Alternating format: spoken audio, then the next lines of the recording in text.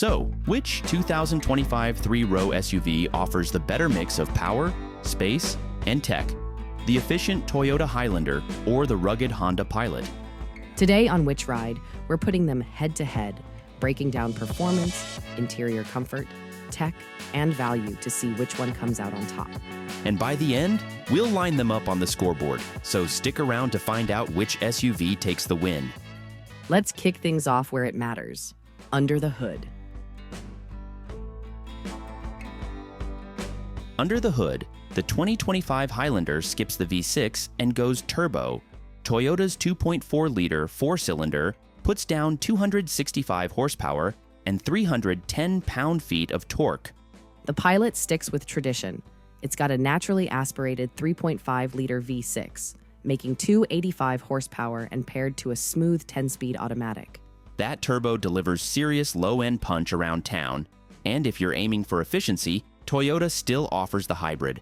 It's not as quick, but it gets up to 36 miles per gallon in the city. That's something the Pilot just can't touch. No hybrid here, but you do get confidence. That V6 feels refined on the highway, and the TrailSport trim adds all-terrain tires, underbody skid plates, and trail-tuned all-wheel drive.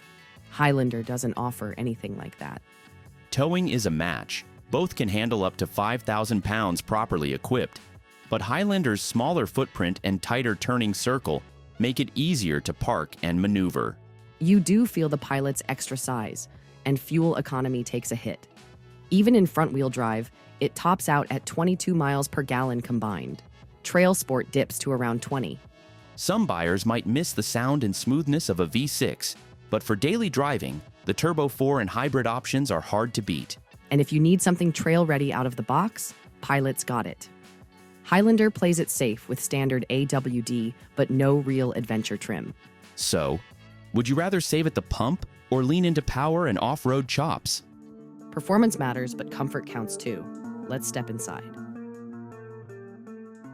Step inside, and the Highlander sets the tone with a sleek dash layout, soft touch materials, and an available 12.3-inch touchscreen that really anchors the cabin.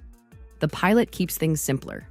You still get a touchscreen across the board, but the top trims max out at 9 inches, and base models stick with 8. It works, but doesn't feel quite as modern. But Toyota fires back with available JBL audio, 11 speakers, clean sound, and solid bass, especially in the limited and platinum trims. Honda counters with a 12-speaker Bose system in Touring and Elite.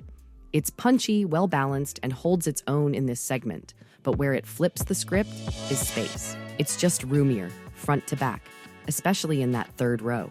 Yeah, Highlander's third row is best for short trips or small kids. Pilots?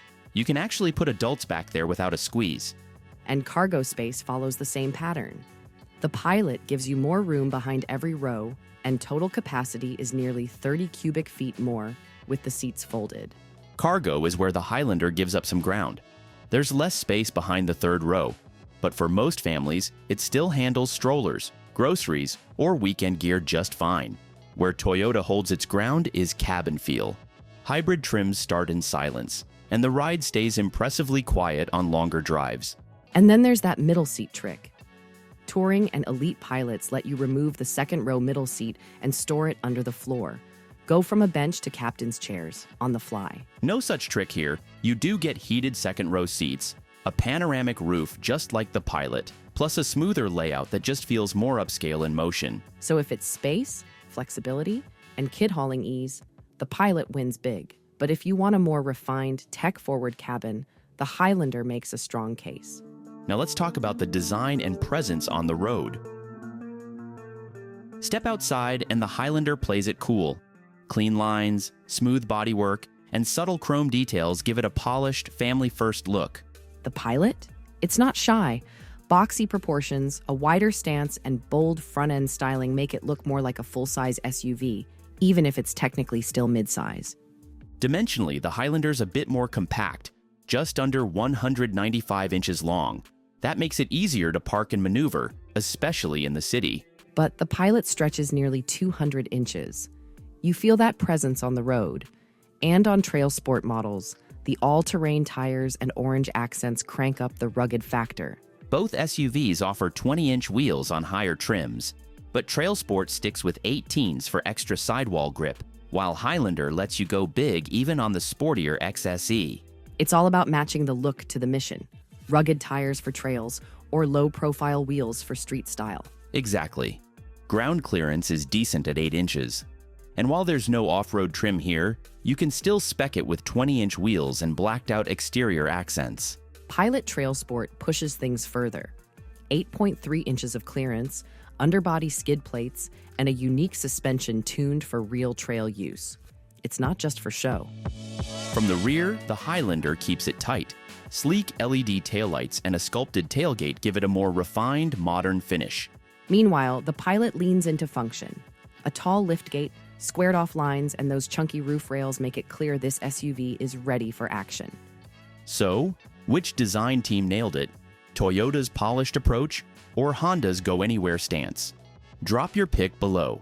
And if you're enjoying these matchups, make sure to hit that like button and subscribe for more Which Ride comparisons every week. All right, let's break it all down on the scoreboard. Time to stack them up, category by category, and see which one really pulls ahead. Starting with power and efficiency, Highlander takes it. That turbocharged four-cylinder pulls strong down low, and the hybrid option stretches your range past 600 miles. That's an 8 for Toyota. Pilot's V6 has its charm, but without a hybrid in the lineup, it just can't match the flexibility. 7 here. Ride and handling? Closer than you think. Highlander's smooth and composed, sure, but the Pilot's wider stance and TrailSport suspension soak up rougher roads without feeling sloppy. Exactly. And while neither is sporty, they're both really comfortable cruisers. Let's call this one even, 8 points each. Now, comfort and space? That's where Pilot shines. Adults fit in the third row. There's more headroom, more legroom, and way more cargo space with all seats folded. 9 for Honda. It's a tighter fit in the Highlander, especially in the back. Still usable, but not as versatile. That's a 7. Tech and infotainment goes the other way. Toyota's 12.3-inch touchscreen, available digital cluster, and cleaner layout give it the edge here. Highlander gets an 8. Pilot's tech is solid, but most trims come with smaller screens and fewer customization options in the cluster. That's a 7 for Honda. Safety and driver assist? They both come packed with the latest. Adaptive cruise, blind spot, lane keep. It's all there, no matter the trim. 9 points each. Now, pricing and value. Highlander starts at $39,820. For the segment, that's fair.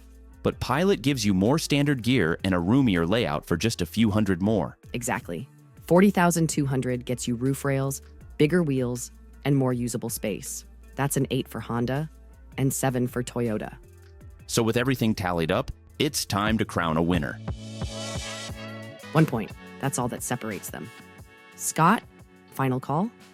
I was sure the Highlander had it. The hybrid, the cabin tech, the smoother ride. It checks a lot of boxes for me. But the more we dug in, the more the Pilot made sense. Space, practicality, everyday usability. It just feels more ready for real life. I'm going with the Honda. You know what? Same here.